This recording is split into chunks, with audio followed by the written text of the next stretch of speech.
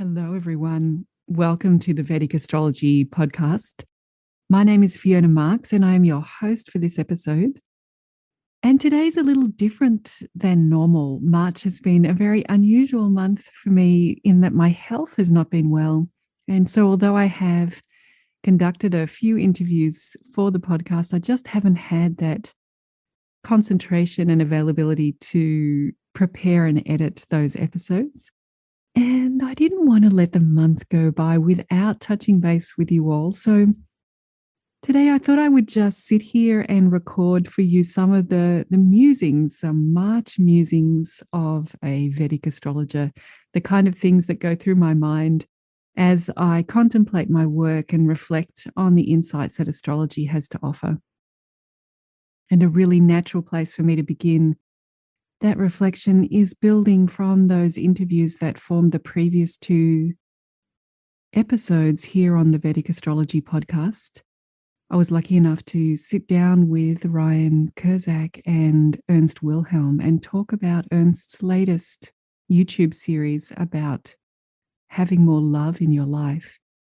There were so many profound things to reflect upon, but maybe one of the ones that touched me the most was a reference to the idea of the ecliptic being the unconscious, being the pure field of our unconscious. And something about that imagery really stayed with me, the idea of perhaps clear water, if we can imagine an ecliptic without any planets on it, just absolutely clear, still water, a true reflection of reality, that transparent quality that water has and reflective quality at the same time, both transparent and reflective, giving the complete unconscious, absolutely nothing going on. And then the idea that onto that ecliptic we drop these planets, and as that pattern of planets becomes correct for the experience that we want to have, we get pulled into manifestation when the ripples in that cosmic ecliptic ocean, when they are all in the right places, the pull to incarnate here, and therefore how the ecliptic can be for us a little roadmap into our psychology, into those wounds that, as Ernst discussed in the episode, I think 17, that we come into the body, which is like the manifest unconscious. It's completely pure, right? The new body.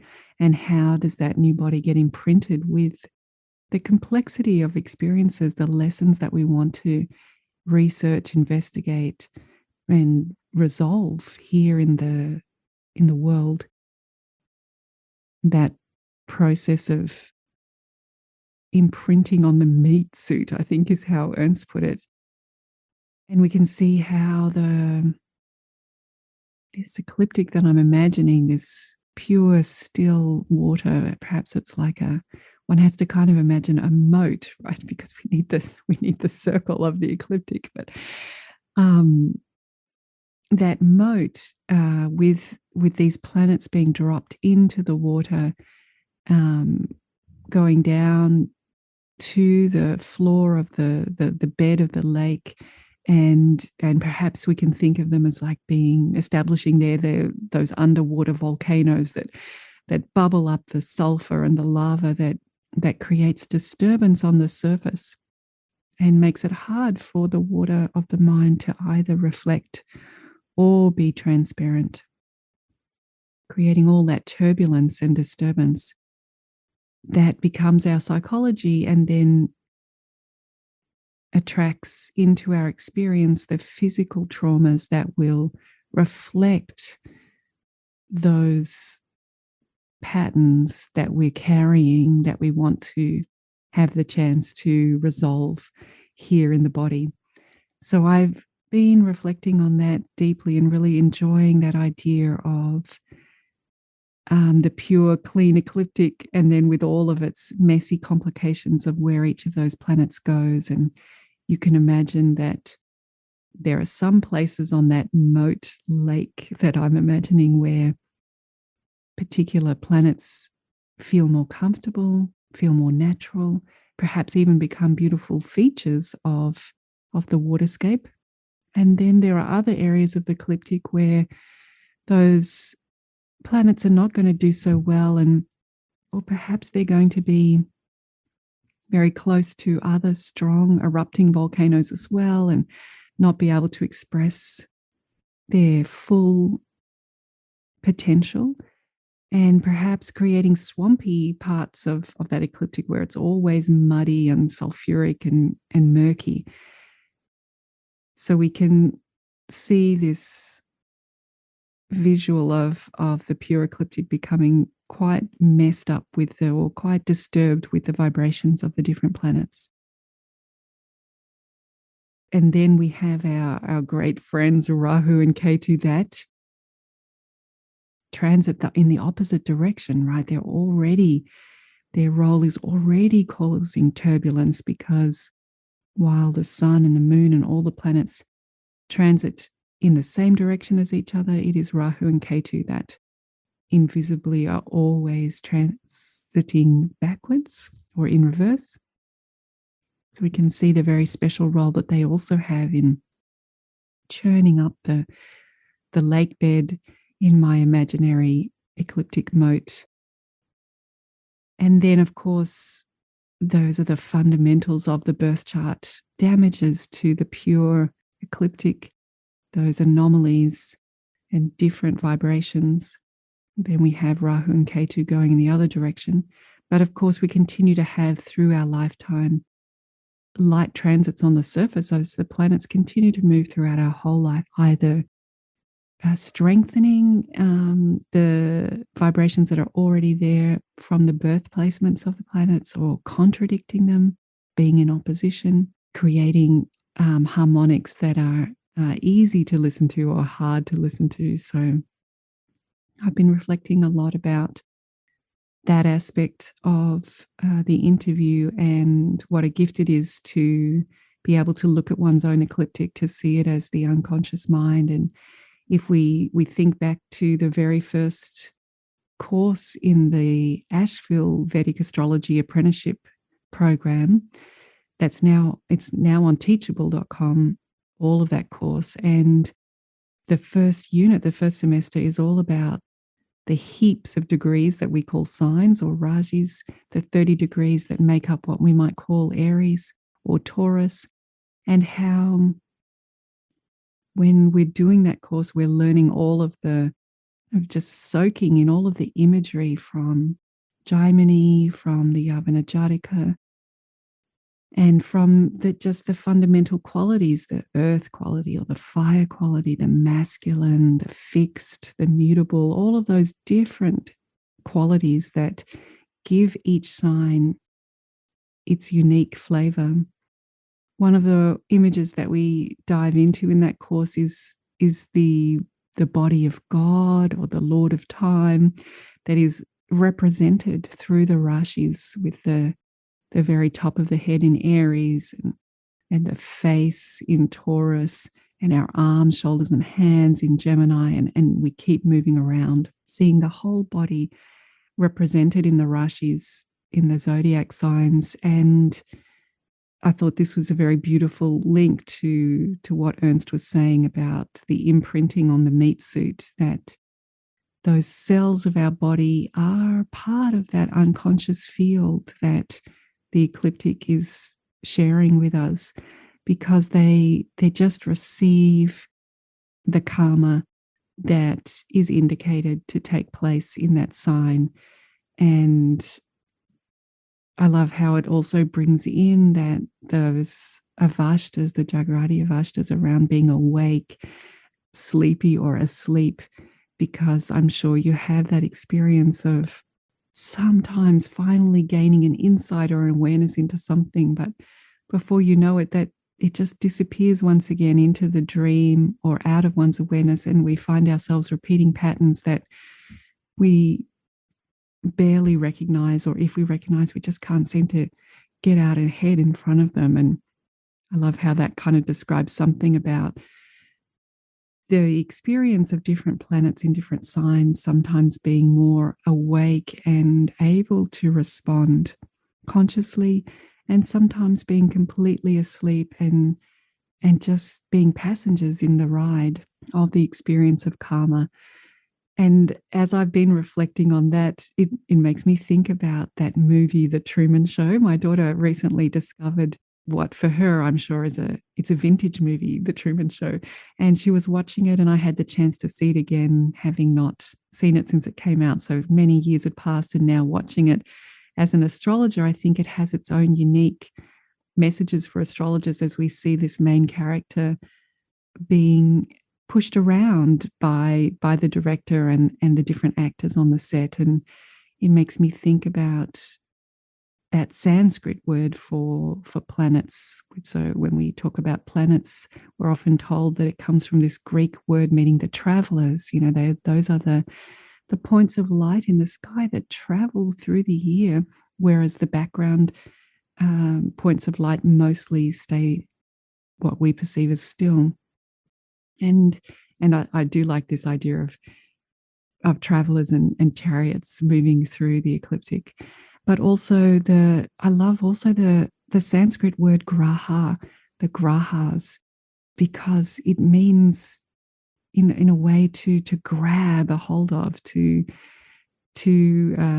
pull at. And I think this is a great way to describe the experience of being in the hypnotic song of a planet. It just pulls at one's awareness, and one finds oneself reacting unconsciously. And as I'm recording this, we've just had the incredible event of some violence at the Oscar Academy Awards, where Will Smith has come up and really expressed physically his anger and powerlessness. And we're all kind of trying to digest this moment, as I think he is as well. And that's it, isn't it? Being captured by the grahas and taken somewhere that if one had awareness, if a planet had been awake, had been conscious, and we were using it with conscious choice, those actions may not have occurred. But the grahas pick up the consciousness, pick up the awareness, and take it where they want to go. And you see this beautifully in The Truman Show, where the scene I remember is on Truman on his way to work every morning gets accosted by a pair of twins who seem to want to talk to him about the weather and buying insurance. But every day, whenever they accost him, they push him towards a wall and sort of pin him against the wall while they speak about these very banal topics. And Truman can kind of see that it's strange, but being polite and being socially adept, he just responds to the face value of the conversation, not realizing that the twins are actually pinning him to the wall, because behind Truman, the main character now, is an advertisement that the sponsors have paid for, and that it's important for the funding of the show that Truman appears around all of these different products and endorses them. And Truman, the character, has no awareness of this. And for me, this is a great example of how grahas in our life, they have their own agenda, things that they want to achieve based on the qualities of the planet and the house that they're in and the sign that they're in, the relationship that they're having with other planets and with the degrees that they are within that sign. And they're going to drive us to try to achieve their motivations. And when we are in the dream or asleep, when we're in that unconscious ecliptic, we kind of have no choice but to be pushed around.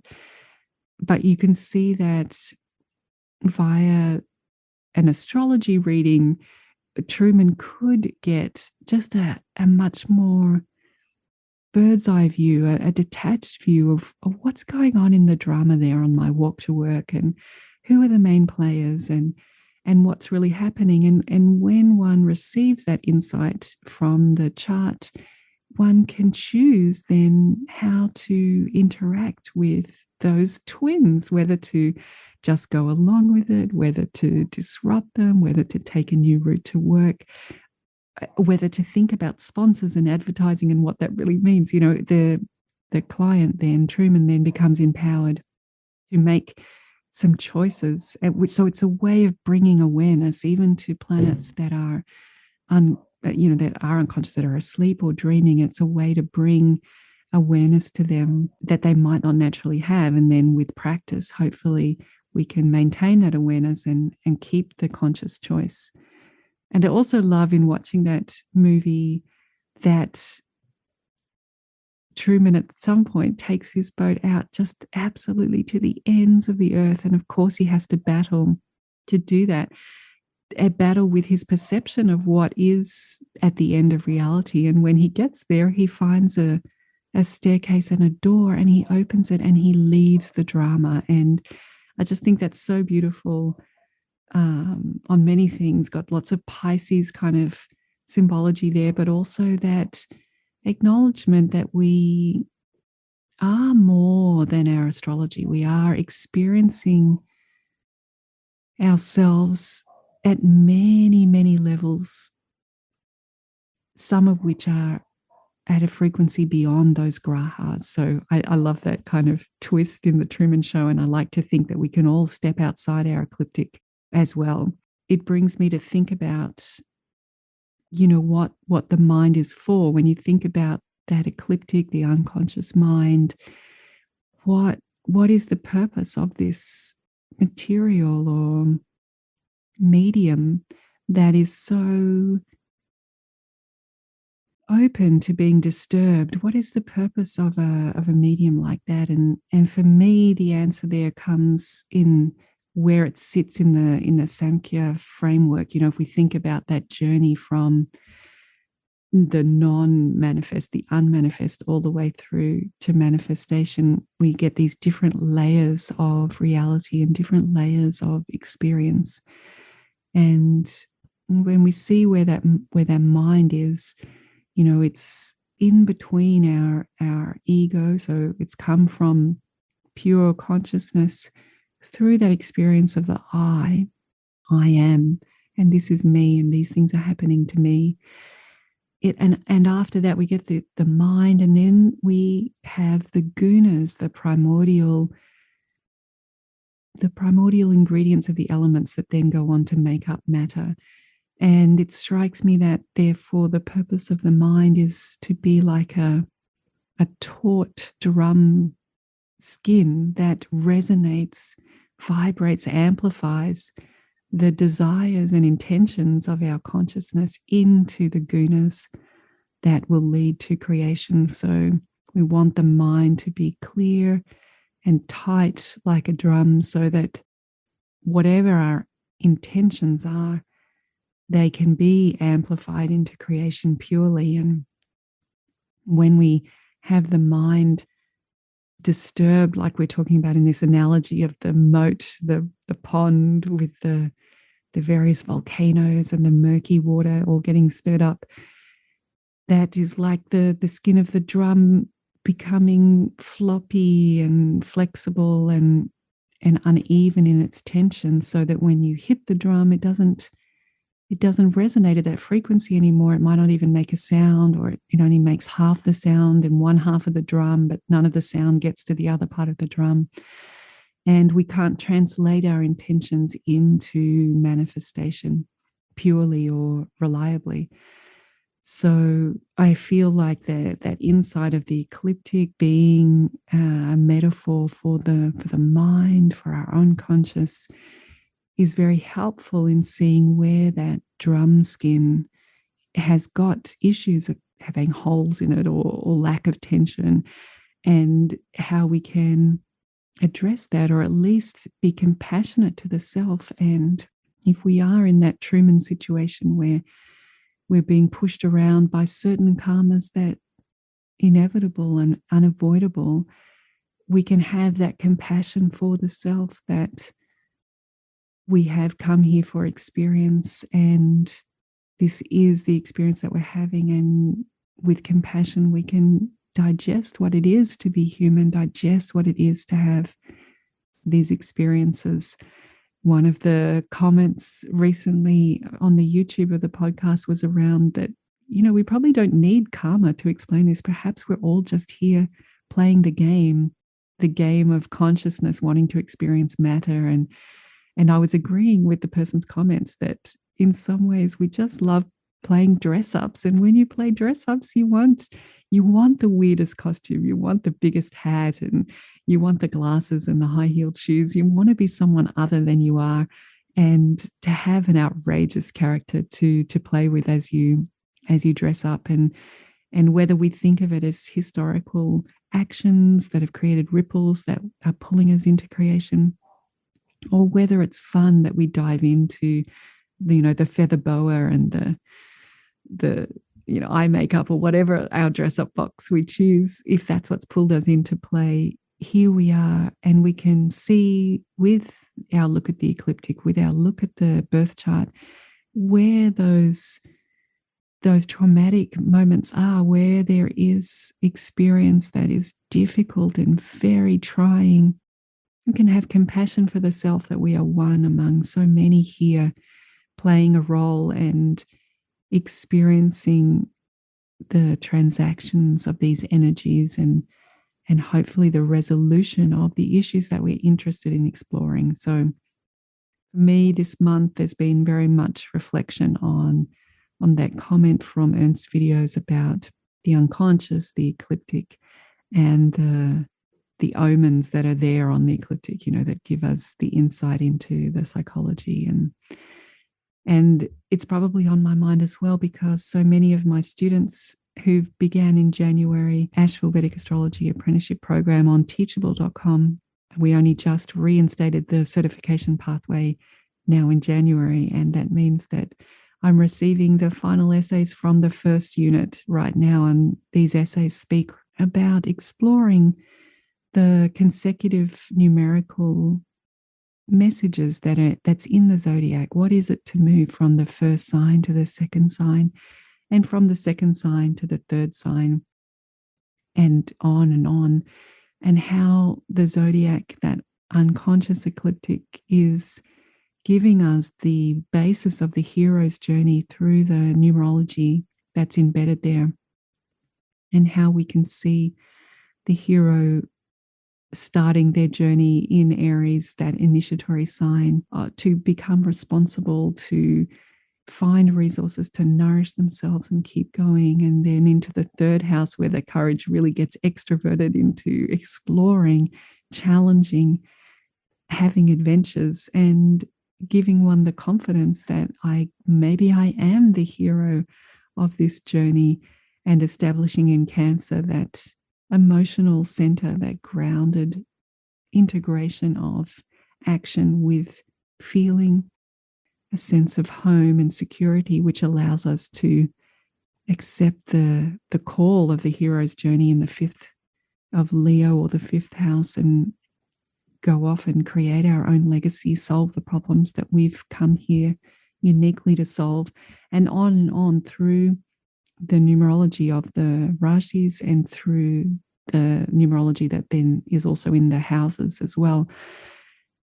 We see such a beautiful exploration of the unconscious and this hero's journey monomyth that Joseph Campbell was able to identify from interviewing so many cultures about their mythologies and great stories, and realizing that humanity was one of the stories it was telling over and over again, was this courageous journey that is a quest for something that we can barely even conceptualize, and that the journey changes partway through. It changes us profoundly, and our attainment of that quest has actually opened a much larger journey than we could have possibly conceptualized at the beginning.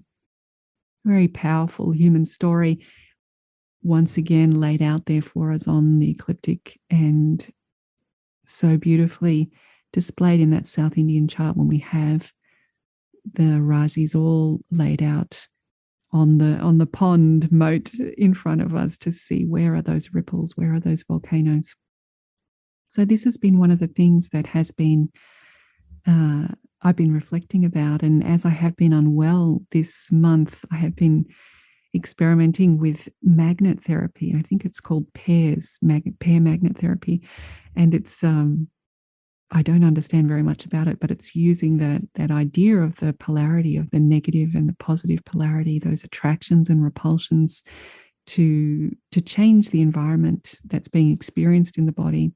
It makes me think about the grahas and their pull and push, and experiencing life on that magnetic level. So it's been beautiful to be resting with various combinations of magnets and reflecting on the pull and push of the grahas and of magnetic energy. And that's also led me to think about the second house, because the second house is our openness to receiving support. If we think about the first house being the initiation of something, the birth, for example, of the body, the second house is where that new baby arrives in the immediate family, arrives into its environment, having been in like a water, dark womb environment, a warm water and dark experience in the womb, to now arrive into the light, the earth and the air.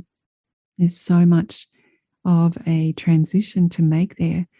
And we are enabled in that transition by our immediate family, by the mother, by the father, by the siblings, perhaps the extended family, depends who we live with in that very first part of our life. And during that phase of the second house, we are absorbing unconsciously all the patterns of our family, because we do not have any filters at that point in the consciousness, in the mind. We haven't developed that relationship with the neurons in the brain to be able to filter out any information. So we just imprint. And therefore, that second house is really about our openness to support. Because if you think about the baby, it's impossible for the babies to survive without that immediate family. Yet one of the symbols that we often think about with the second house is the breast milk, and the baby taking all of that nourishment from the breast milk. And when you have a baby yourself, you realize that it's so important. This latching on and being able to suck the milk is essential life survival skill. The baby has to become a proactive actor in the drama of survival, whereas during gestation, it can passively receive nutrition from circulation. As soon as we come out into the air, we need to ingest through the mouth, through the second house. And we have to create that vacuum seal on the nipple to suck out the goodness, the nutrition, but also for the mother to be able to suck in the saliva from the baby, and from that analyze the immune status that then can be added to the breast milk, allowing the baby to receive immune support from the mother during breastfeeding. So this is a very second house analogy. This wonderful proactive sucking of nutrition is so important. And so the baby needs to make that stance change from being a receiver in the womb to being an active player once it's out here in the air environment. But also, of course, it is completely dependent on that immediate family for providing that nourishment. So it needs the food, it needs the comfort, it needs the shelter, it needs the attention, the cleanliness, all of the routines, entirely dependent and unable to do those jobs for itself. So this second house immediate family becomes very important in how much we can absorb, how much we can be open to nourishment and open to support.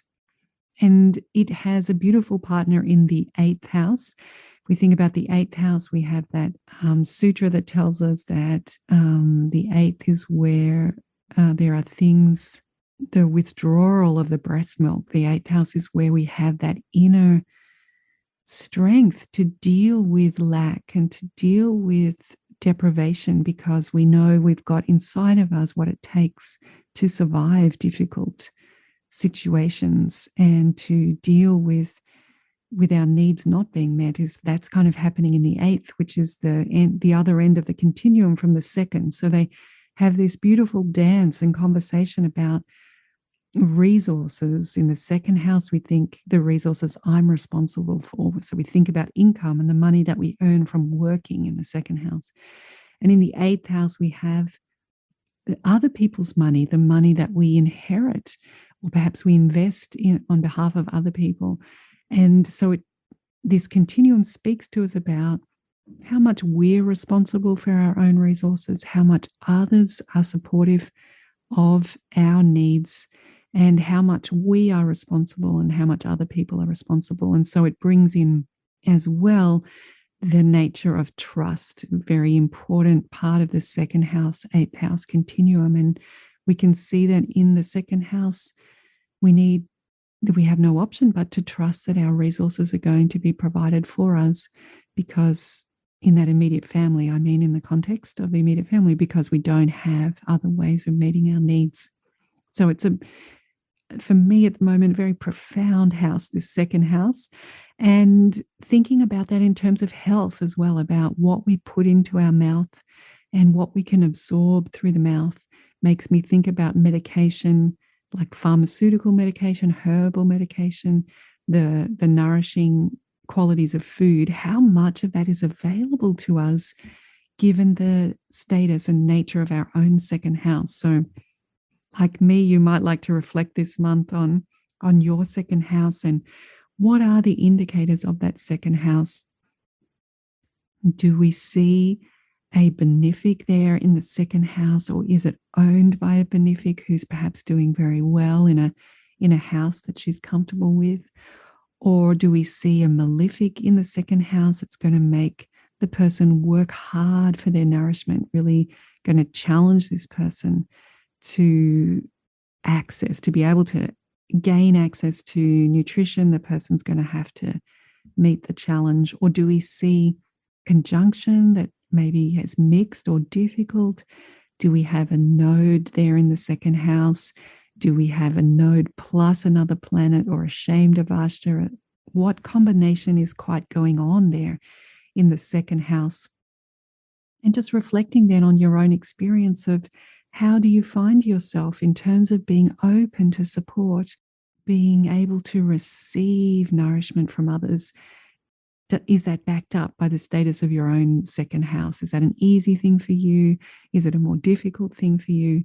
This is what I've been reflecting on, and whether healing through the mouth, through medication or through food, whether that is a good strategy for a person or not a good strategy for a person.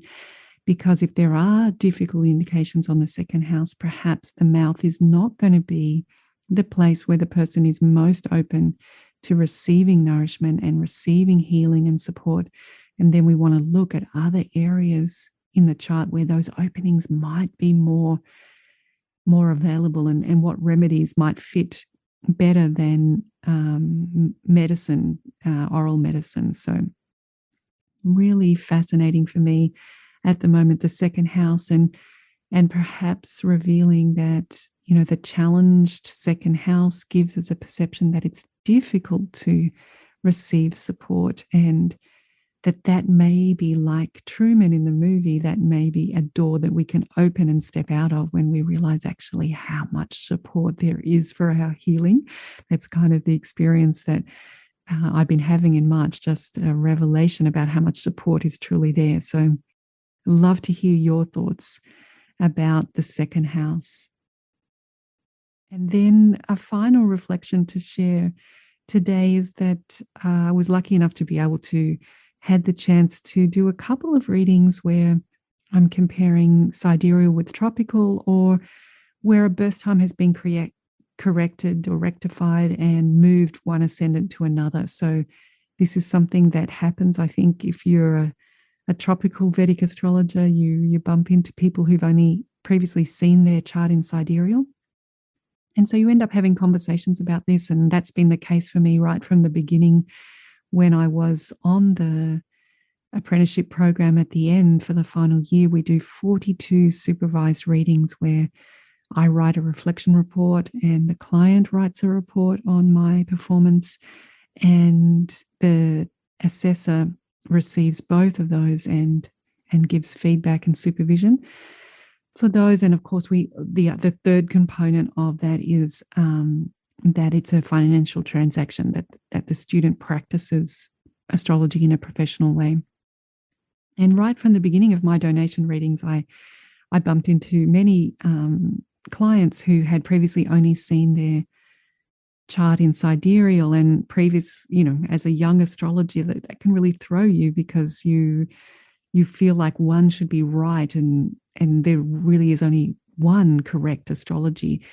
But where I have come to from those experiences, what struck me straight away from the very beginning was how uncanny it is that someone who's familiar with their sidereal chart and its strengths and its challenges will often find that when we move it to tropical, those strengths and challenges are there, although they may be represented by other combinations or take place with a slightly different makeup and mix-up of the planets. But the fundamentals will still be there. And for me, this is why I now speak of the astrologies as being like the analogy of an X-ray, an ultrasound, an MRI, or any other imaging technology that you might think about, that each of those mediums, the X-ray, the ultrasound, the MRI, give us information about that amazing being that is the subject of our investigation. And I think this is the most important thing to remember when we think about different astrologies, is that the most important thing is that unique resonating being in front of you. The astrology that you look at them through is only ever an image. It's just a representation. It can have incredible insights like an MRI can or an X-ray can, but it doesn't mean that only an X-ray is valid or only an ultrasound is valid. These filters, these imaging filters, each have their strengths, and each are important for different roles and different diagnoses. And I think the other thing to take from that analogy is that it is the technician who looks only at X-rays who builds up a really insightful vocabulary of knowledge around X-rays, and exactly the same for ultrasound, exactly the same for MRI. That person will see subtleties in an X-ray that you wouldn't see if you're the MRI technician and you just come over and have a look at the X-ray. Your subtlety and level of distinction of being able to understand the image is not going to be as great as the person who looks mostly only at X-rays. And that's why it can be so valuable to see someone whose astrology they are confident in, that they've had time to calibrate and understand, regardless of whether it's more like an X-ray or more like an MRI.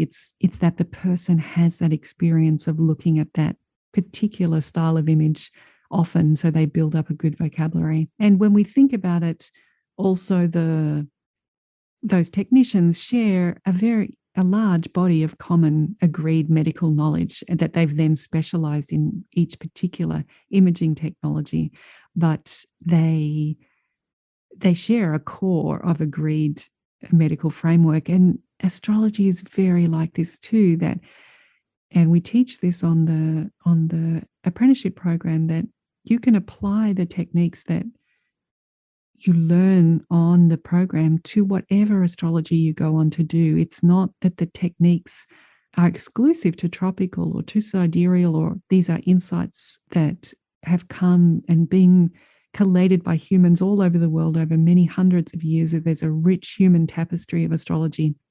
We share a common understanding of many things like the signs and the planets and the houses.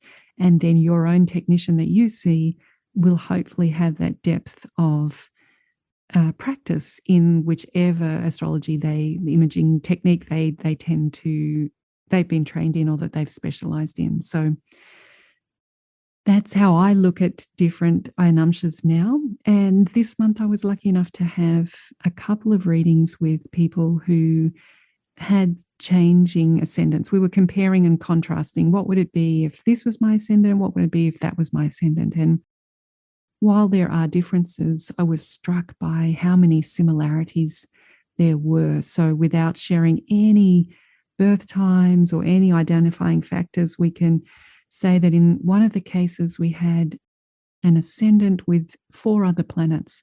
And in sidereal, that's taking place in Taurus. In tropical, that's taking place in Gemini. And what's really interesting about that is regardless of whether you have it in Taurus or in Gemini, because there were many planets involved, we ended up with the ascendant being in own home status, regardless of which one we look at. So that gives a unique and consistent experience for that person. Doesn't matter which way we look at it, ascendant is in own home. And we also saw many of the similar house lords moving over from either being in Taurus or Gemini. So in Taurus, we had 1, 4, 5, 9, and 10, all in that first house. In a Gemini ascendant, we had 1, 4, 5, 9, all in one. So you can see that many of those numbers came over, giving similar stories and flavors to be teased out and understood. And then there were many similar yogas, interestingly. The Shadbalas were all the same issues, regardless of how you look at them. And that's one of those fundamental things we're going to feel about the planet is that Shadbala potency. So that was interesting. And then this is one of the things that I think strikes you when you do this compare and contrast astrology work, that if we looked at the Taurus ascendant, there was K2 in Gemini, and we can say that K2 in Gemini is going to give one an expertise, a kind of fallback comfort zone of investigation and data and the rational mind and logical. And when things are unexpected or when we don't know how to handle something, we're going to go to that Gemini K2, want more data, want more questions answered, research, staying in the rational mind. And perhaps we can even say sometimes that perfectionist nature of K2 is going to make us perhaps overthink or take a lot of caution, be very doubtful, maybe take a long time to make a decision. And so that's a great explanation of that experience. When we look at it in tropical, of course, we no longer have K2 in Gemini, but we have those 4 planets plus the ascendant are now in Gemini. And is it actually that this person's desire to answer the questions and to go into the research and to be rational is because the ascendant's in Gemini, it's Mercury that rules Gemini is there. It has the 8th Lord of investigation also in there. And we see how, yes, we can see that in sidereal, and yes, we can see it in tropical. And that's what is so important to me about these 2 astrologies or whatever filter you look through, is that the core energy of the person is what is coming through regardless of the imaging software that you look at. And in the second example, this was a rectification that took the Lagna, the ascendant time, from being Aquarius into being Capricorn. And one of the things that we notice straight away that stays the same there, of course, is a Saturn ascendant. And I think we can say that Saturn ascendants have a particular energy, so that stayed the same. But for Aquarius, we get Saturn ruling the 1st and the 12th. So Aquarius blueprint brings a kind of selflessness by design, because the 1st and the 12th are linked by being ruled by the same planet of Saturn. Of course, in Capricorn, we have Saturn ruling the 1st and the 2nd. So we often associate Capricorn blueprint with much more sense of responsibility and the weight of the world and the heaviness of the world. But would you believe that in the Capricorn ascendant, Saturn is placed in the 12th house of that chart? So, and this is what I find happens when we compare and contrast charts. In Aquarius, we had the 1st and the 12th ruled by the same planet. in Capricorn, we have the first Lord in the 12th house, bringing that same flavor through. So in some ways, we can relax about which filter we look at because the core important messages are going to come through. They're resonating from us, not from the filter itself. In this chart, we also had a 2-11 combination in Aquarius. So as you all know, Jupiter rules the 2nd and the 11th for an Aquarius ascendant.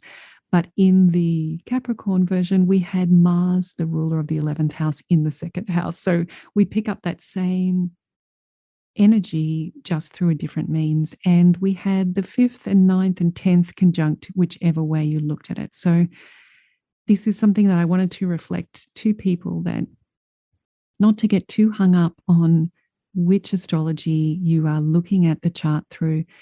Try to pick an astrologer who looks at the chart in that way often, because they're going to have the finesse. Like that person who looks only at X-rays, they can see the most amazing things in X-rays because they look at them all day long. So, and I also think that we've highlighted many similarities in these two charts, and that's what strikes me all the time when I compare and contrast. But of course, there are differences. Often we'll get a different Atmakaraka. We probably will get Rahu and Ketu move.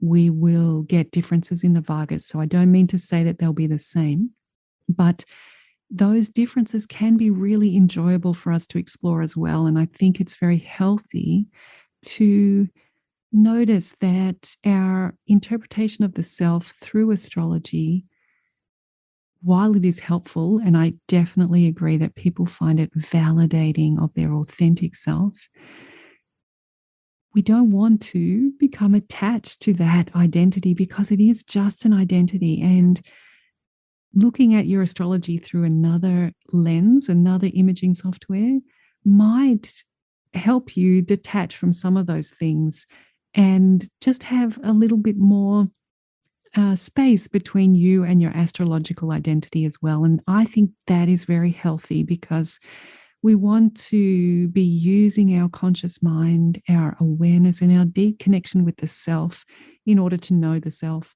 and make unique choices, rather than being prescribed by an astrologer because some insight that the astrologer had described you, and therefore locking our identity into that.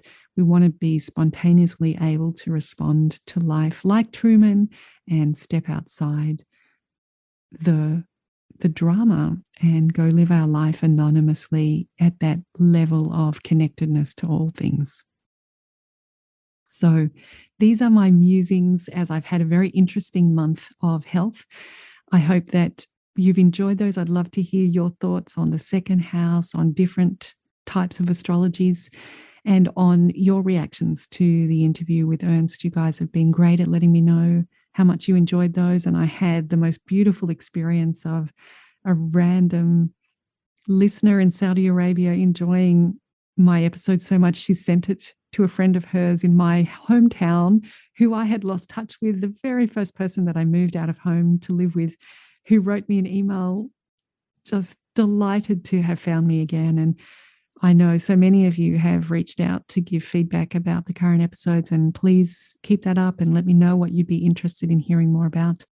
And until we get together again, stay well and enjoy your astrology. I look forward to catching up with you next time on the Vedic Astrology podcast. Bye.